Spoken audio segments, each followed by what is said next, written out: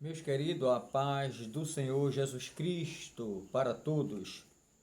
Meus amados, é com muita alegria nesta noite que eu quero deixar aqui para a nossa meditação na palavra do Senhor.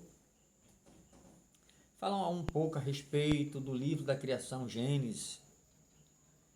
É uma bênção, né? O esboço de Gênesis, nós sabemos que é o livro da criação. Já mandando um abraço para todos aqueles que têm compartilhado, que têm visualizado. Deus abençoe de uma forma especial. Meus queridos, a gente sabe que o livro de Gênesis é uma benção, né?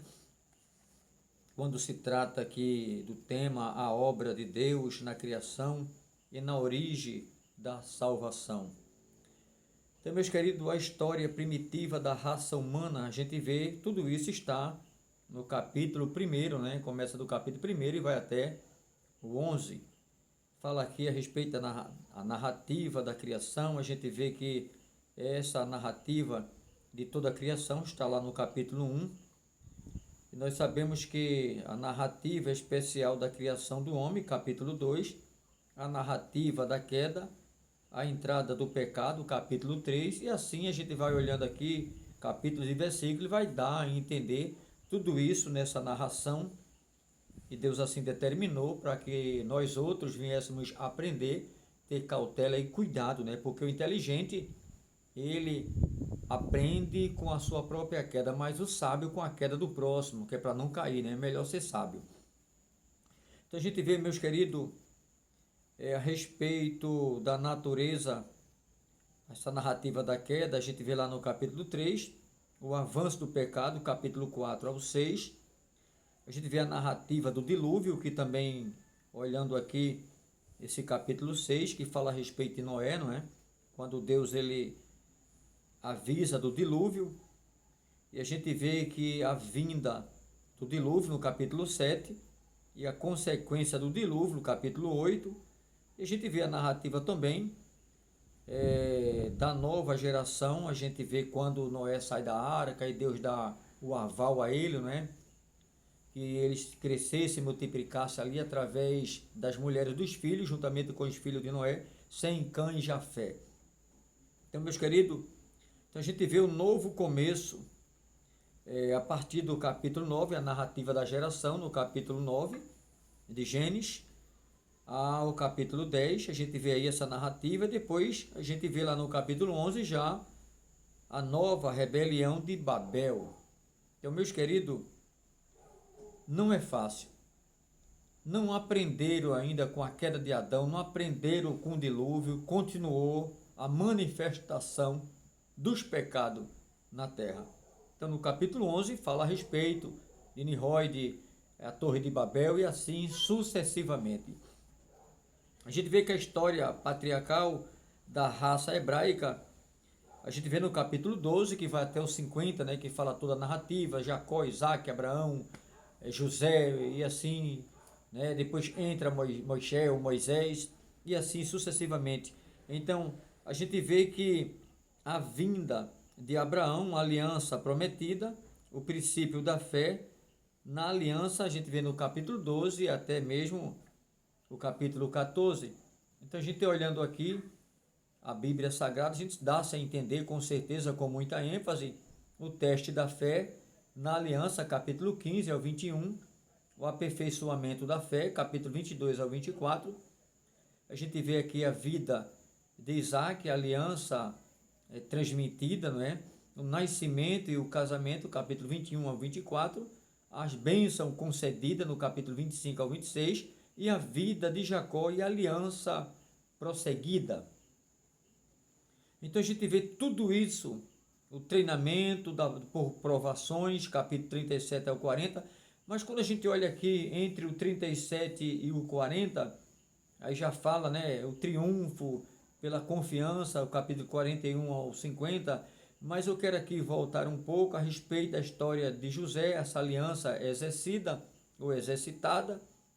Meus queridos, a gente vê que quando se trata daquela provação de José, que foi vendido pelos irmãos, entre o 37 e o 38, e a gente vê ali, quando há essa narração tão bonita, tão bela da palavra de Deus, Aí agora entra Judá, através de Tamar, vocês lembram disso, né? Que uma mulher que era casada com um filho mais velho e de repente o filho era mau e Deus matou o camarada. Aí foi dado ao segundo filho, o segundo filho não queria gerar filho e simplesmente botava para fora, que vocês entendem, não é? Não queria dar a conhecer a mulher de uma forma normal, comum, mas simplesmente colocava para fora para que a mulher não tivesse um filho, não gerasse um filho, e esse viesse ter o nome do primeiro, o irmão dele, que era o primogênito. Então, por conta disso, ele começou a fazer o que era ruim perante Deus. Também Deus passou o cutelo. Foi feita a promessa para o terceiro filho, quando esse estivesse maior, casasse com aquela mulher para dar continuação à linhagem. Só que o pai negou. Agora ele não quis dar o filho àquela mulher. Ele negou. É tanto que a mulher agora se vestiu como uma prostituta, que não era uma prostituta, encontra-se com ele no caminho, depois que alguém dedurou que ele ia estar em tal lugar. Aquela mulher foi, em meio a um caminho, se fazendo passar por uma prostituta, que ela não era, deita-se com ele. Ela foi muito esperta para poder conceber a linhagem e dar continuação. Ela pediu o cajado, pediu o anel e pediu uma corda. Isso aí ela foi muito esperta, porque ele queria dar justamente um cabrito, mas ela disse: não, eu não quero cabrito, não quero ovelha, não quero nada, eu quero que deixe por sinal isso aqui. Depois você me traz isso aí, eu te devolvo isso aqui. Mas ela foi muito esperta. Depois de 3 meses, que foi descoberto que ela estava gestante, e disse: olha, com quem essa mulher deitou-se?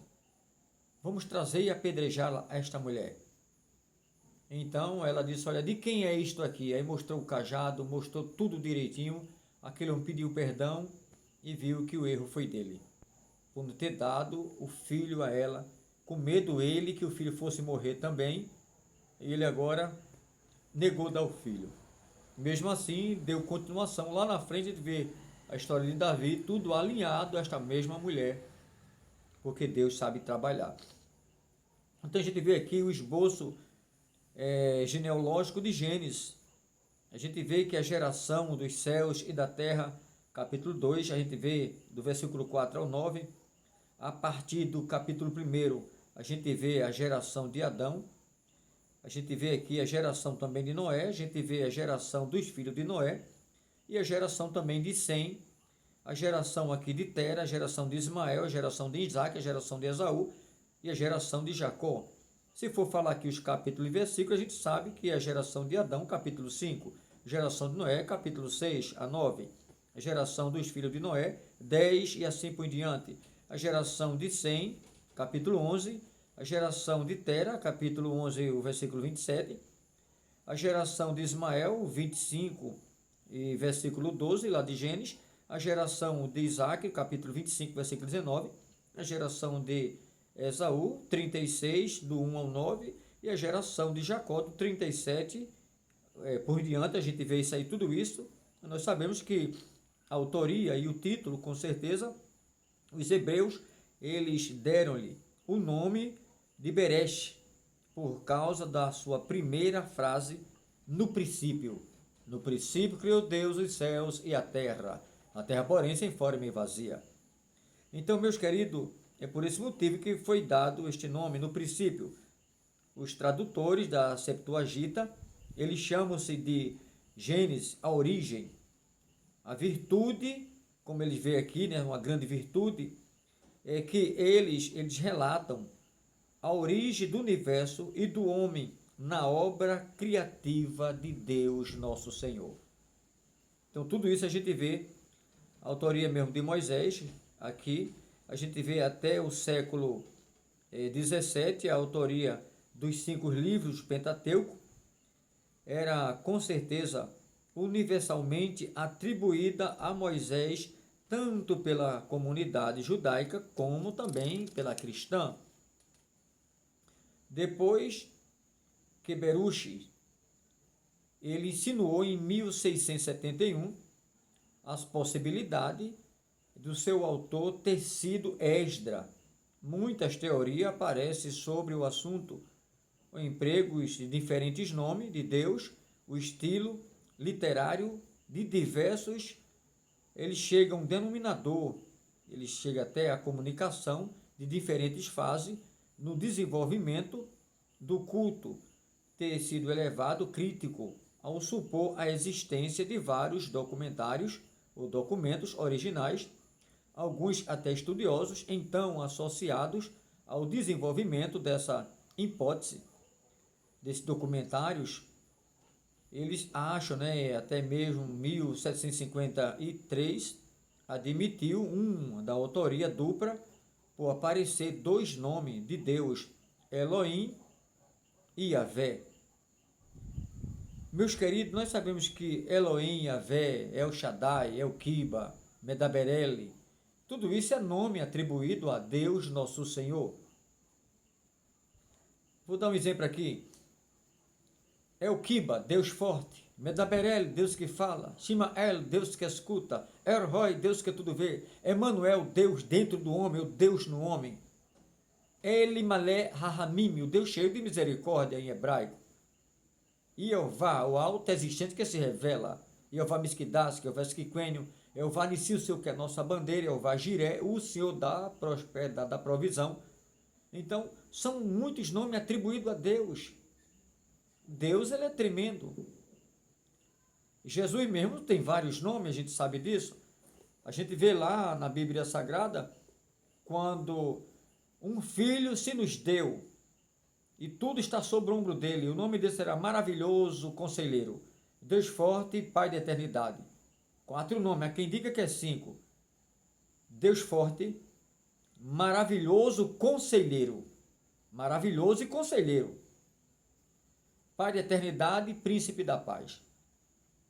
Se você for fazer uma análise, o nome de Jesus, vou fechar aqui a escritura, o nome de Jesus, ele é chamado de o leão da tribo de Judá, a rosa de Saron, lírio do vale, a semente da mulher, o puro entre os milhares, o doce cantor de Israel, a pérola de grande preço, maravilhoso conselheiro, Deus forte, Pai da Eternidade e Príncipe da Paz, o alfa e o ômega, o princípio e o fim, o primeiro e o derradeiro, o pescador da Galileia, o Galileu, o Nazareno, Yeshua, Hamashia.